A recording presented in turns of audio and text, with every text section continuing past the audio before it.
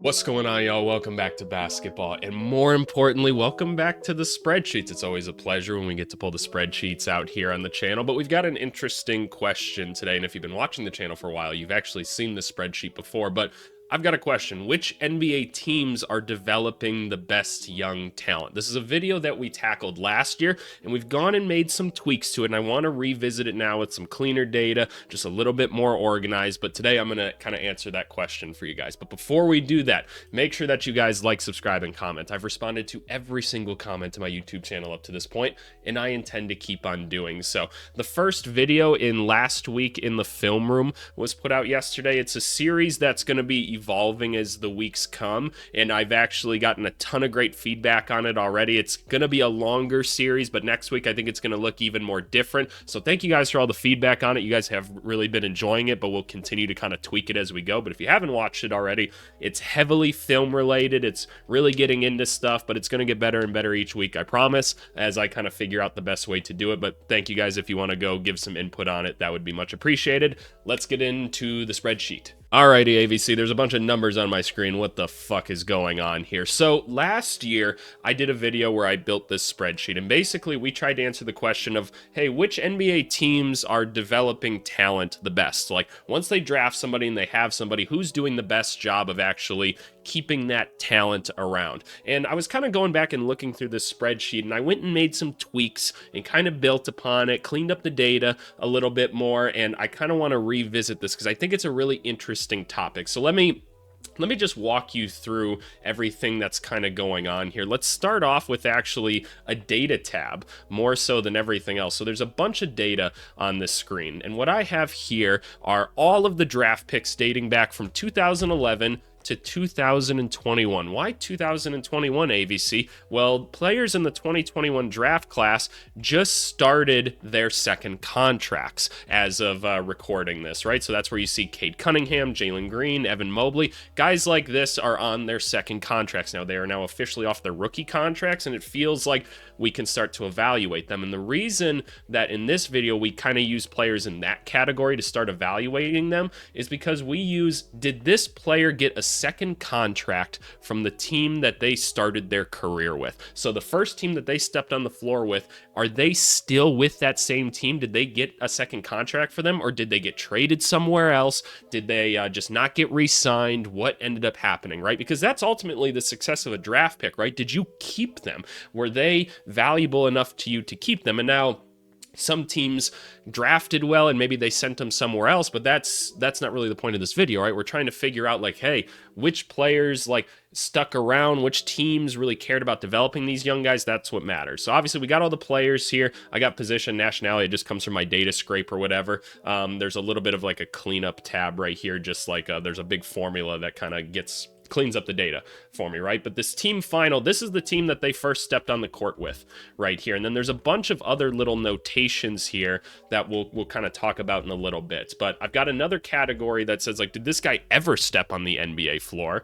So if it's a yes, that means that they never stepped on an NBA floor ever.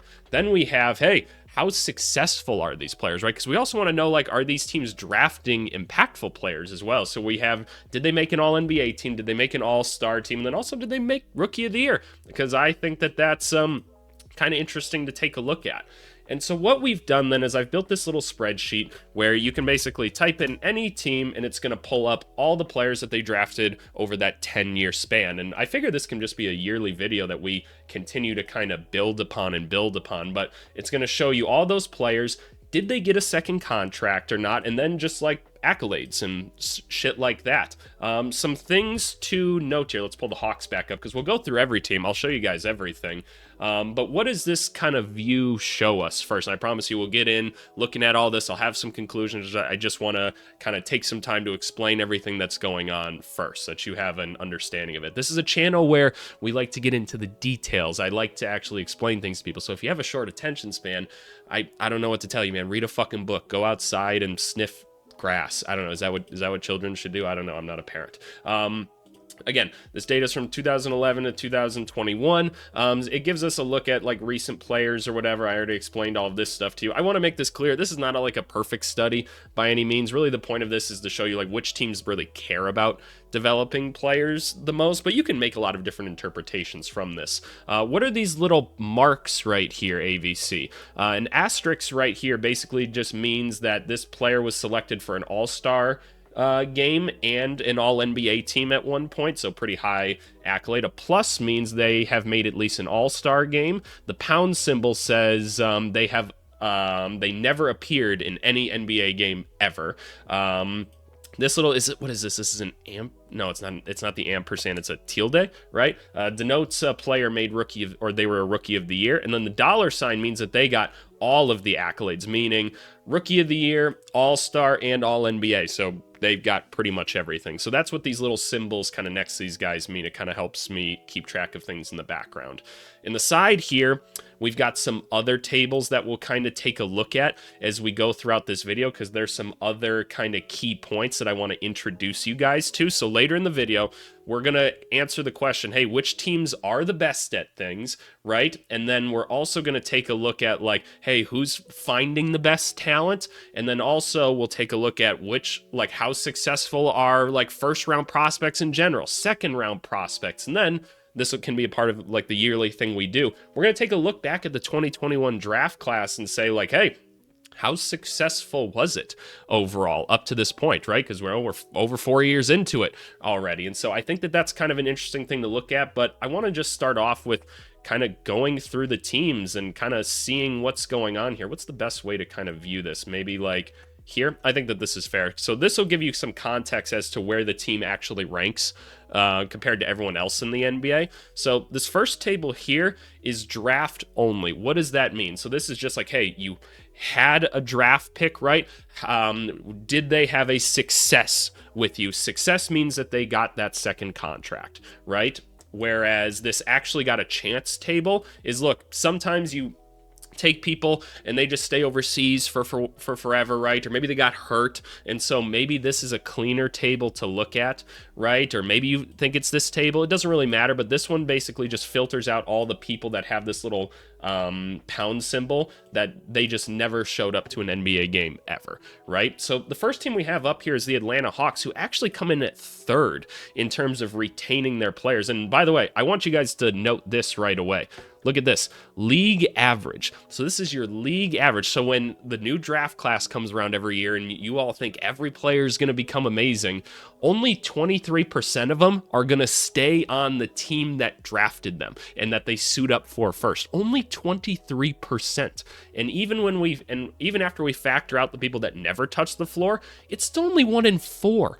That's insane. That's absolutely insane. And we'll take a look at first round versus second round later, but these guys, like, it's hard to make it in the NBA. It's really, really hard. And that makes sense, right? Because if you're already good, like, you're going to stick around for a little bit. So just keep that in mind as you're evaluating young players, that most of them are not going to make it. And that's sad, but most of them just won't, right? And that doesn't mean that, this obviously doesn't mean they don't make it. This just means that they weren't important enough to keep around. Because here's the thing, if somebody's looking like an all-NBA all-star, the team's most likely going to keep them around more often than not. But most of these guys not going to be important enough to keep around for a second contract. So starting off with the Hawks here, just taking a look at them, some of the players that they kept past their second deals: Mike Scott, Dennis Schroeder, I remember that, Taurean Prince, DeAndre Bembry, obviously Trae Young being their best draft pick in this kind of 10-year span. It looks like everyone else, like DeAndre Hunter, obviously they just moved him. Onyeka Okongwu, Jalen Johnson's looking like a nice player, but 27 draft picks over that time. One of the better teams at finding talent and keeping talent around. Now, how successful has that talent been? Well, that's another thing, right? That's kind of another thing. Only one player with any real like accolades to kind of take a look at. But the Hawks have been pretty steadily good over those years, so that's something to keep in mind.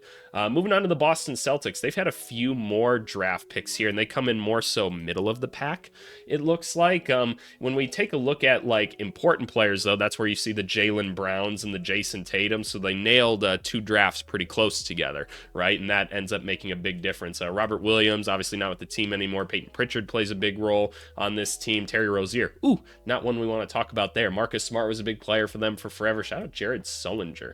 Any of these other guys that are interesting that are worth mentioning as guys that didn't make it. Shout out Aaron Nesmith, gave up on him a little too quickly. I mean, he didn't look that great when he was with them, but you know what I'm talking about. So interesting note here. Celtics a little bit more middle of the pack, and obviously like a lot of these are like second round picks and stuff as well, so that it just is going to bring down your average a little bit more, and that's why we'll take a look at things via round as well. Taking a look at the Nets, not a lot going on here. So here's one thing, right, that this chart makes a little bit confusing, right? So Jared Allen here is a good player that they picked. He made an all-star team. He didn't make an all-star team with them. So while he got a second contract from them, he was flipped pretty quickly and sent over to Cleveland in that contract. So what does that actually mean? It's a little bit harder to say, right? But overall, Brooklyn, you haven't really been drafting like a ton of talent, and for a while there, you were not keeping people past their second contract. Some of these guys are notable, like players like Mason Plumlee, Bojan Bogdanovic, obviously. Taking a look around at anyone else, some of these guys just got kicked out of the league for personal reasons or whatever. Shout out Cam Thomas. See, that's kind of why I wanted to start including guys at kind of this point in their career, right? Cam Thomas just got his second contract, so there you go. The data's a little bit more accurate now. So the Nets, nothing too notable. Also not a ton of draft picks because they traded a whole bunch of them to the Celtics around this time. Taking a look at the Charlotte Hornets, again, a little bit more so middle of the pack.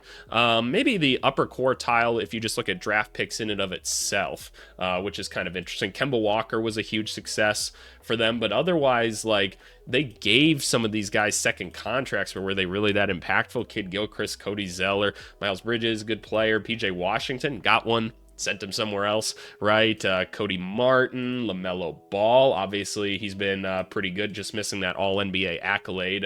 Injuries play a big part. Nick Richards, otherwise missed on a couple of them as of late, but I like to think that the Hornets have some interesting young players on the team right now, so I guess we'll see where they're going. Another thing to note, these draft picks are from various GMs or whatever, right? Ownership groups, like that's all context in this stuff, and it's just interesting to take a look at, right? Like obviously I could go layers and layers and layers upon this stuff, but your boy only has so much time to make his YouTube videos, right? Let's take a look at my Chicago Bulls here. The Bulls, one of the higher teams up on the list actually in terms of retaining players, which I guess kind of makes some sense, just me thinking back to other like Bulls teams. Like I look at Mirotic here, and like the only reason he didn't get a second contract is because, you know, Bobby Portis beat his ass. But taking a look at it, like Jimmy Butler, obviously a big success for them, but they ended up moving him. Shout out Tony Snell. Gary Harris, that's actually inaccurate. These are inaccurate right here. So this is interesting, actually. I should go fix this because these were the two guys they drafted to get Doug McDermott. They flipped him right away. So let me go edit this. Okay, that moved the Bulls down just a little bit. I hope there's not too many other errors like that. That's just an error on I think I got the data from Wikipedia actually, which like Wikipedia, like yes, like people can like edit with that stuff, but they do have like fact checkers on there at all times, so the way they phrased it just seemed like it was a little bit off and it confused my formula. So not a big deal there, but overall, just like looking at it, guys like Bobby Portis, not bringing them back. Doug McDermott, right? Wendell Carter flipped him pretty early for Nikola Vucevic. That's going to happen sometimes. Chandler Hutchinson was a first-round pick, swing and miss, but as of late, I mean, a lot of these guys are getting like a second contract. So I was so mad when they traded Daniel Gafford because I loved the draft pick. I was so big on him coming in. So man, that bummed me out. So my Bulls haven't had a hit in a while. Have not had a hit in a while, and they never really have a good draft pick, so, you know, that's kind of what you expect here. Taking a look at Cleveland. Cleveland has done pretty well, because you can go back to the Kyrie Irving times and see a lot of awards here. Andrew Wiggins was a good player, so you can, like, look, this team's had a lot of very high draft picks over these years as well, but a lot of them have converted into talent, right? Even if it wasn't with them. So while Andrew Wiggins was kind of a tough one because technically he did suit up for Cleveland and then he got flipped right away. So that's kind of a confusing thing in the data. Like you could put him in multiple places, but technically like he did have a suit up for Cleveland in like the summer league or whatever, and then he got flipped. So yeah, kind of a weird thing for my formulas and logic to kind of take a look at, but you know, is what it is. But yeah, kind of interesting to see, like Darius Garland, obviously, like pretty good player. Isaac Okoro, Evan Mobley was in this draft class, and so he's starting to really kind of show his stuff. Kind of cool to see. Moving on to Dallas here, Luka being the big one for them. Dallas overall, though, not having a ton of success with finding people. Jalen Brunson, they let go of pretty quickly, and he became something. Josh Green got a second contract. He's not even on the team anymore, but otherwise, not a lot of success stories right away. I know a lot of us like to believe Dennis Smith might have been something if we didn't ship him off to the hellhole that was the New York Knicks at the time, but say la vie, what are you going to do?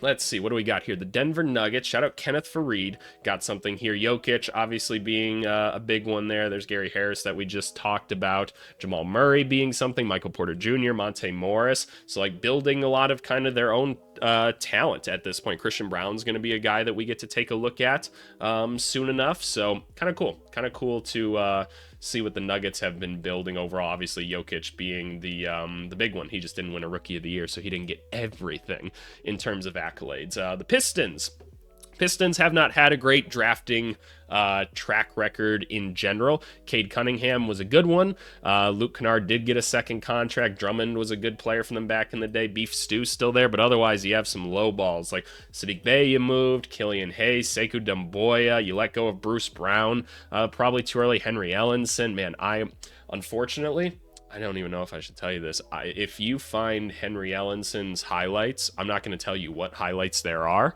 I am getting dunked on by Henry Ellenson in like 2 different clips. And it's all good. I tried my best. I tried to go up there and contest, and that's the best you can really do, unfortunately. But shout out to him. Stanley Johnson, another miss. They got rid of Dinwiddie probably too quick. They let go of KCP, and then he kind of got a lot better. So Pistons, not the best track record overall. We already looked at Denver. Let's go to Golden State. Obviously, a lot of success during those like earlier years where they kind of put together those championship rosters with Clay, Barnes, Festus Ezeli, Draymond Green. Steph is already on the team, right? Kuminga and Moody do have second contracts. We'll see if they're still going to be on the team at some point. But a few years there of meh, right? And they had some high draft picks. I mean, Jordan Poole, good basketball player, didn't stick around. I'm always convinced Eric Paschall should have been better, but I think he's one of those guys that just he couldn't fit in the Warriors system, so it wasn't going to work. James Wiseman, really unfortunate, obviously. So kind of interesting stuff there. Taking a look at Houston.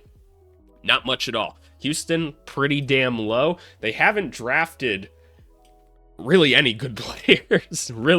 really no like great players. Shout out Jalen Green, who, yes, he got a second contract for the team, but he didn't suit up with them for that second contract. So that's another piece of logic that's like in my formula or whatever. So just know that that's part of the case. Şengün, wait, he should have an all-star, shouldn't he? He was an all-star last year. Did he not get marked as that? Oh no, Şengün. He was an all-star, right? 1 second. Yeah, I'm not tripping. He was an all-star. Okay, look, your boy messes up from time to time, and by that I mean Wikipedia messes up from time to time. So you know what?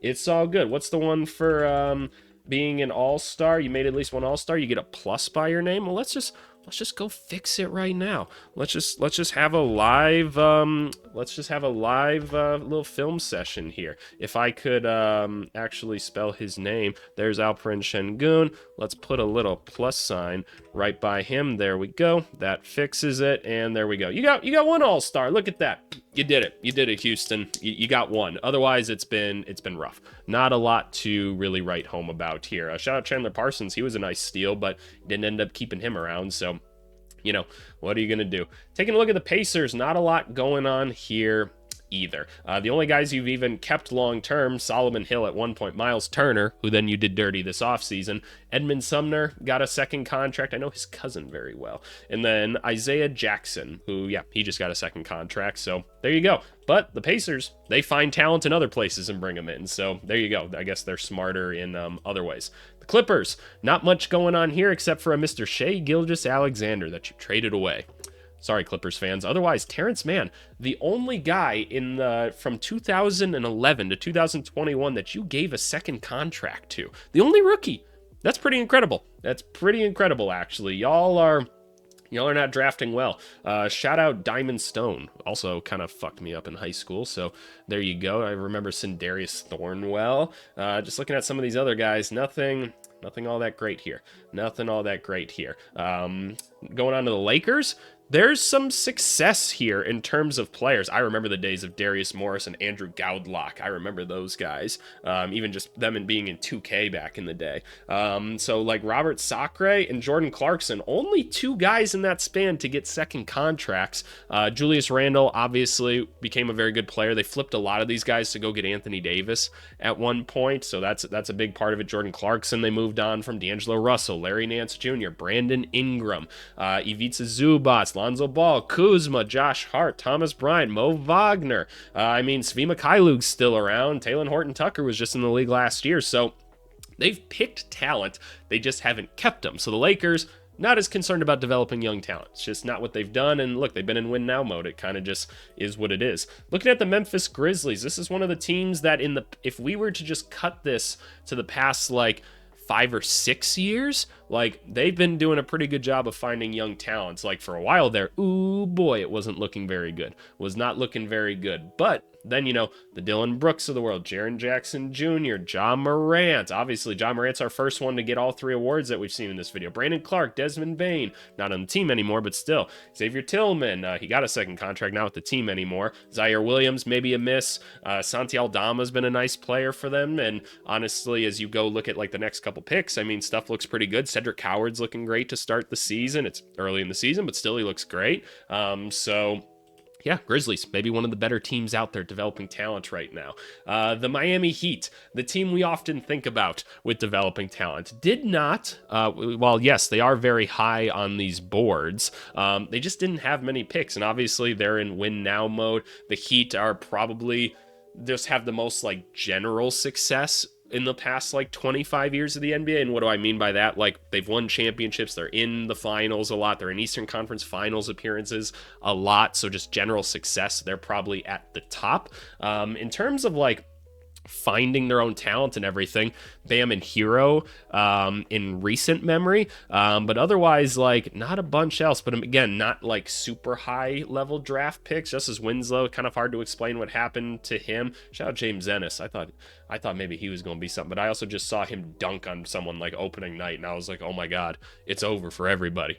So I don't know, kind of an interesting one to look at though. The Heat, one of the better ones of maybe developing some talent there. The Milwaukee Bucks, Giannis being the big one. Otherwise, they have not done a ton to help him. Jabari Parker, that's kind of a tough situation to take a look at. Let go of Tobias Harris kind of early. You swung and missed on Rashad Vaughn, Thon Maker. Brogdon won Rookie of the Year, and then you still moved on from him, which is always an interesting point. But you ended up bringing in guys like Drew Holiday and stuff like that, and you won a championship, so it's whatever.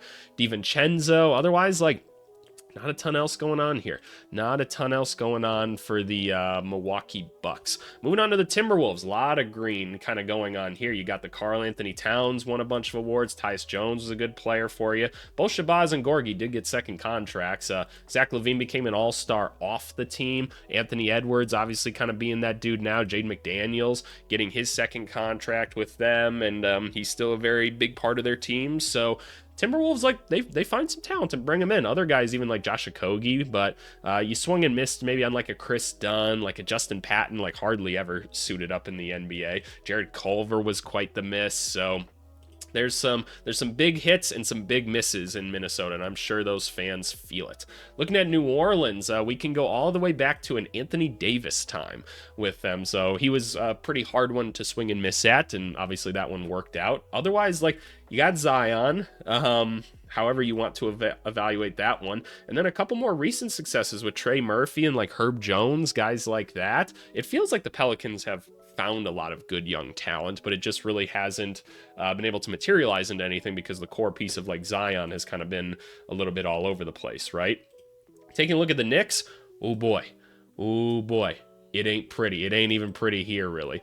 You look at it, we all remember Iman Shumpert, at least if you're old enough, right? I remember Iman Shumpert being there, being a big part of the Knicks. he never like played through a second contract with them. Like, I think that's crazy. Tim Hardaway Jr., shout out Thanasis. Here, Porzingis traded while on his rookie contract, but became an all-star at one point. Then you have a lot of misses. Jerian Grant, Hernan Gomez, Frank Ntilikina, right? Kevin Knox didn't really become anything. Mitchell Robinson, later first-round pick. RJ Barrett did get a second contract, but you flipped him. Got rid of Obi Toppin pretty quickly. You moved on from Quickly. And like, look, like Quickly and Grimes and some of these other guys you built a pretty good team out of, so it's whatever. But and then you got Deuce McBride. So the Knicks, kind of a bought talent team, right? I mean, you think about their first five now, none of them are really homegrown, because it's Brunson, got via trade. And then you got like Josh Hart, you got via trade. Bridges, you got via trade. Anunoby via trade. Cat via trade. You're bringing in talent other ways. So no homegrown talent there for the New York Knicks. Now we're on to the Thunder, the team that we always think all of them end up working out. Well, interesting, right? Interesting to take a look at it. As the next couple of years kind of start to funnel in, this number is going to skyrocket quite a bit because this ends at 2021. But even back then, I mean, Perry Jones, Steven Adams, Andre Roberson, Abrinas, they got some second deals. Sabonis became a good player kind of after leaving them. You maybe missed on like some Mitch McGarry's, like campaigns at one point. Terrence Ferguson didn't really become anything. Baisley, Pokashevsky, Josh Giddey, obviously becoming a pretty good player in the NBA, but he didn't quite fit, and so you moved on from him before you had to pay him. Trey Mann, you gave to Charlotte, and he's kind of struggling so far early this year, but regardless, kind of becoming something. Wiggins, late second round pick that's turned into something. But as we, again, do this kind of every year, I feel like this number in the Thunder in general are going to be shooting up this list pretty quickly. So moving on from them, let's do the Orlando Magic. Victor Oladipo, that was a big guy for you, and then you ended up trading him and stuff, and then he got hurt and he fell out of the league. Aaron Gordon did get a second contract, became a championship level player, just not with you guys. Maybe some misses here and there with Hazonia. Jonathan Isaac's still around. That's kind of cool to see. Cole Anthony, Jalen Suggs, Franz. So a couple years in a row now, you've been starting to like hit on draft picks that are seem like they're going to be sticking around with the team for a while. So I'm curious if Orlando continues to move up this one as well. We all have questions about the construction of their roster, but regardless, they're clearly putting some time into developing this young core. The Sixers. Oh no, something happened. Oh, wait, I just figured out what happened. Like, it's an overflow error, actually. Oh, shit. We gotta, like, move this whole puppy down right quick. Like, oh, my goodness, there are so many players. That's more so the problem right here. Okay, so let's just do this really quick. Can we just bring all you guys down really quick? Okay, there we go. Now we got all the Sixers on there, and this takes us through the trust the process period and everything. But a lot to see here. Obviously, Ben Simmons, who got all the awards or whatever. We forget how good he was. Joel Embiid, everything but Rookie of the Year on there. Some other notable players that they found at points. Michael Carter-Williams won Rookie of the Year. Didn't do much after the fact. Vucevic became a good player. They flipped him pretty quickly in his career. Markelle Fultz, kind of an unfortunate case, right? Some of these other guys, though, like Jahlil Okafor, Jeremy Grant's had some success outside of this, right? Man, KJ McDaniels was fun when he was young. Looking through other guys, Landry Shamet's still around, Shake Milton's still around, Thibault, yeah, he was nice. Tyrese Maxey's been a big success for them. Isaiah Joe, didn't hold on to him. B-Ball Paul, still around, but yeah, Sixers. A lot of draft picks for the Sixers. Taking a look now at the Phoenix Suns, Devin Booker being the most notable one here. Ayton and Bridges kind of combined to kind of make, along with Chris Paul, obviously, and Cam Johnson, some of those guys that were a part of that championship run team that they had. There's Cam Johnson there, obviously became a good player. So you've taken some good players here. The Suns hated Jalen Smith. I don't know why. He played pretty well for them, and he still plays pretty solid for the Bulls. Dragon Bender, a miss. Marquise Chris, Tyler Ulis, Josh Jackson. So, man, after you found Booker, you just went on a really unfortunate streak of not finding the right talent to put around him, and that's just unfortunate. Just kind of unfortunate for the Phoenix Suns. Where are we at now?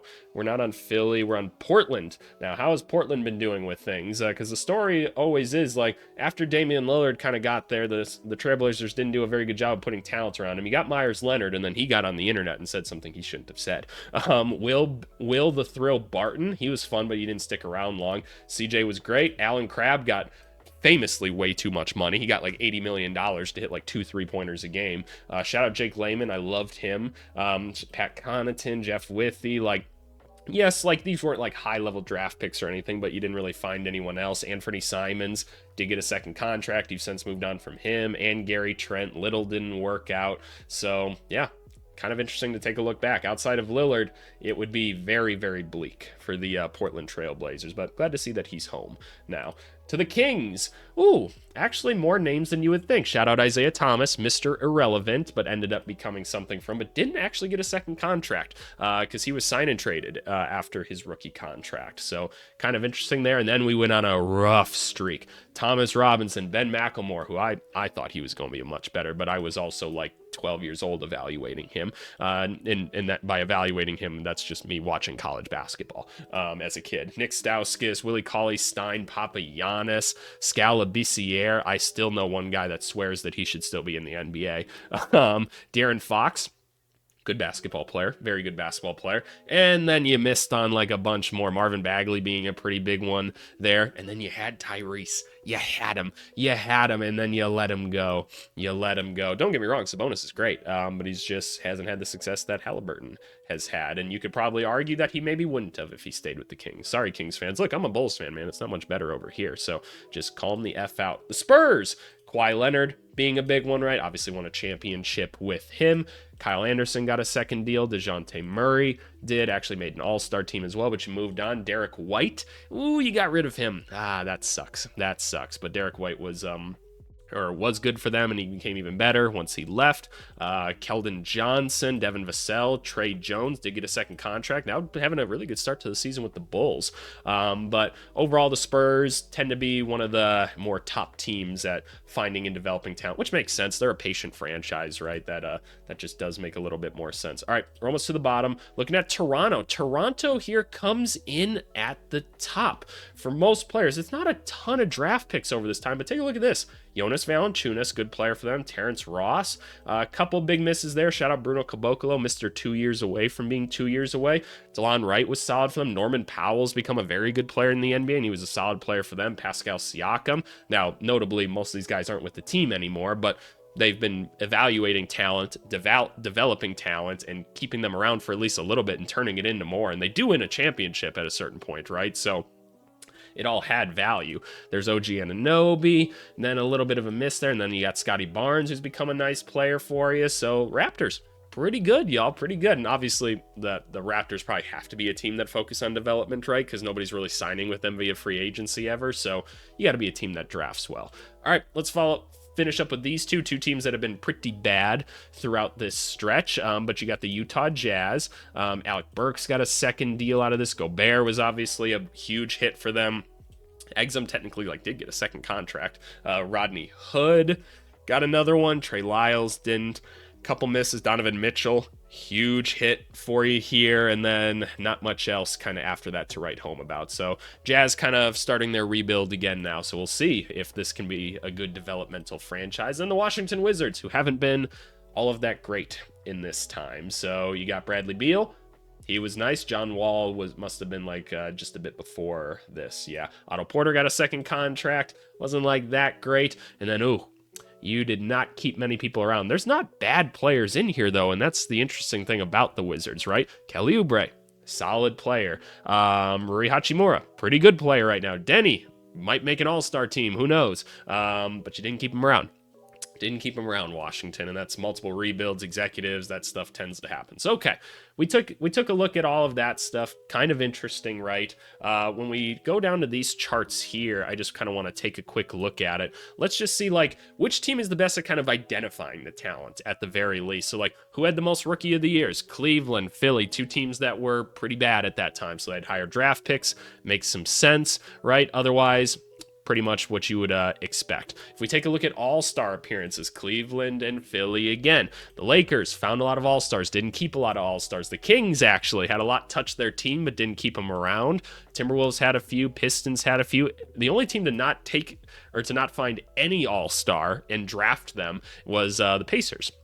So, Pacers fans, what do y'all got to say about that? Why can't you guys pick any talent? It's pretty hard, evidently, to go that whole span without finding at least one that's all-star good. Why do y'all suck at it? And then All-NBA. A couple of guys that never touched All-NBA include the Miami Heat, the Houston Rockets, the Knicks, who they just buy all their talent, the Brooklyn Nets, and the Pacers again, obviously. So, kind of interesting. The Kings, ironically, have had the most All-NBA players drafted over that time span, yet they are still the Sacramento Kings. So, what's going on there, right? What is going on there? The last table I want to show you guys is this first round versus second round success rate. We talk about this a lot during the pre-draft process, and I mentioned it at the beginning of the video. People get really excited about all the shiny new things in life, and that includes like young players coming into the NBA. Everybody thinks everybody's going to be really, really good. And this draft class looks like one of the better ones, right? We kind of talked about that all last year. It looks like a lot of these guys could be sticking around. What's important to note is how many of them don't, right? And this number right here, remember, these are players that got a second contract with the team that they started with, right? The team that like picked them originally. So what we noticed in the kind of the study above is like, look, if a player was like looking like an all-NBA or all-star talent, normally you kind of held on to those guys. If not, they turned into like big-time talents like after they got moved, right? So if you're that good and you're looking that good, a team tends to keep you around. But most players, like, they just don't stick around. So if you're a first-round talent in general, you have a just under 40% chance of sticking on that team after your rookie contract. So what, 6 out of every 10 aren't going to stick around? That should tell you something, right? How many of these guys actually really become like that important to their team? The Toronto Raptors have had the best first round success rate. That makes a lot of sense. The Lakers have not, and the Clippers have not kept any of their own drafted first round talent in that time. Isn't that crazy? None of them. You didn't keep any of them. The Kings down there at the bottom as well. The Knicks down there at the bottom as well. Kind of says something. And then the second round, you have less than a 10% chance of sticking around on that team if you were a second round pick. So that tells you how many of these guys really become something, right? Shout out to Miami Heat for being one of those teams that actually kind of makes it work for those. But a lot of teams have not had any second round picks that have worked out for them over that time span, which is interesting to see. And again, I think this is an exercise we should do every year, kind of at the start of the year, just to kind of take a look at like where development is going trend wise, and we can kind of start to see where things are at. But anyway, the most recent like set of data that we added to this was the 2021 draft class, because all these guys just got new contracts or they just started their new contracts, right? So just kind of taking a look at this class, right? I mean, Aaron Wiggins obviously being the one that kind of made it out of the second round, along with like some earlier second round picks that turned out to be pretty good, include like Aldama, Herb Jones, Deuce McBride, Ayo Dosunmu. Still, he's having a great start to the season as well, Dosunmu. Guys like Cam Thomas, right? Who do we have for all-stars right now? Şengün, and then some guys at the top. Scotty Barnes, Evan Mobley, Cade Cunningham, Jalen Green kind of being the first one that stands out. Josh Giddey. I mean, maybe you feel better about Josh Giddey than Jalen Green. I don't know. Some misses and stuff that happen in like these like first rounds, right? It's tough. These are lottery picks, right? And like Davion Mitchell's still a solid player. Zaire, if he wasn't on the Nets, would he be on any team? Book Knight, no. Primo, well, these guys had their own problems. Duarte wasn't all that great, right? It's kind of interesting to take a look at, y'all. How many of these guys are not going to make it? How much of it is the team that drafted you, right? Maybe you take a look at these numbers and you say, man, like the Kings, you guys had all the talent at one point. You didn't keep them and you didn't develop them. And what's kind of going on here? Maybe what makes a good franchise and what doesn't. The team that drafts them is so important. Teams like the Oklahoma City Thunder, are they really the best at evaluating talent, or are they just the best at growing talent, right? It's kind of the question here. I think that that's a really interesting thing to kind of take a look at. It's probably a little bit of both, but I don't know. I think it's an interesting exercise, and I'm curious to hear what you guys think. If there was any other errors in the data, I apologize. You know, I throw this together in like 2 hours or something like that, and I'm sure that there's errors in my formula somewhere, but I don't know. I think it's a fun activity nonetheless, and something to do on a Wednesday that isn't reading a Bleacher Report article, as fun as those are at times. But anyway, I appreciate you guys as always. Please do stay tuned for the comments of the video, because I'll have some other things to talk about in that, just regarding like the channel and things like that, kind of where we're going with stuff. But anyway, I appreciate you guys. Let's move on to the comments of the video. Alrighty, y'all. Comment to the video is coming from our last week in the film room video that came out yesterday. For you guys, again, please go watch that. But it was just this whole funny exchange that I had with Juan Garcia here that said "sicko time." Next time, can you post the uncut version? I need something to listen to while my morning meetings are happening. And I've been asking a lot of people for feedback on this video, so I'm like, okay, so can we do a longer video than this? He said, bro, this isn't Jessica explaining cat diabetes to me. When you have free reign, help me disassociate from this corporate hellscape. I can no longer escape. I love that, man. That's real. I feel it. I'm glad that I can help you disassociate, or disassociate for a little bit. But anyway, a ton of great comments on this video. Thank you very much. If you want to be a part of more great basketball conversations, go join the Discord, link in the description. Anyway, so yeah, this video, very experimental, maybe a little bit chopped, right, in how I did it. Like, my goal for this year in this season is to try to bring you guys as much value on this channel as possible. Videos like this that are very film dependent are going to get demonetized very often. I don't really do this YouTube shit for like money, right? I got my business for stuff like that. I'm trying to bring some value to the basketball YouTube space. Like, that's genuinely what I want to do. I want like views and people to come in, right? That's what I care about. I don't care about the money quite as much. I would love for you guys to go watch this video. Give me some feedback on it. I know it's longer. A lot of people are saying they would love it to be even longer, which is awesome. I've also gotten a lot of comments of people saying I should break this video up into more pieces, and I think that's what we might do next week. So tomorrow, there's another film series that's starting that I think is pretty cool, that also involves a spreadsheet and a new analytic that I made that should be a lot of fun, and I hope you guys enjoy that. So be on the lookout for that tomorrow. But I might also break this series up into multiple like different videos going forward. Like, we might get a video like on Wednesdays that's just focused on rookies and their film. We'll do like a rookie report or something like that. And then maybe Tuesdays will just be like, hey, let's take a look at some numbers around the NBA. We'll take a look at some overachievers, some underachievers. What are the top kind of guys doing in the week? I don't know. Like, it'll keep evolving, right? But like, I want your feedback. I want your ideas. I want to know what works, because there was a lot of really good ideas on this video and I want to hear more of them. So thank you guys very much. Thanks for listening to me ramble and everything. I really want to bring you guys the best content that I can. So thank you very much. My voice is still kind of coming in and out, which is annoying, but it is what it is. But anyway, yeah, stay tuned tomorrow. More film coming in. I promise it should be a fun time. We're still going to do other fun things on the channel kind of as the NBA season gets underway. But as always, I appreciate you guys. Have a wonderful rest of your week, and we'll talk to you later. Thanks so much. Bye.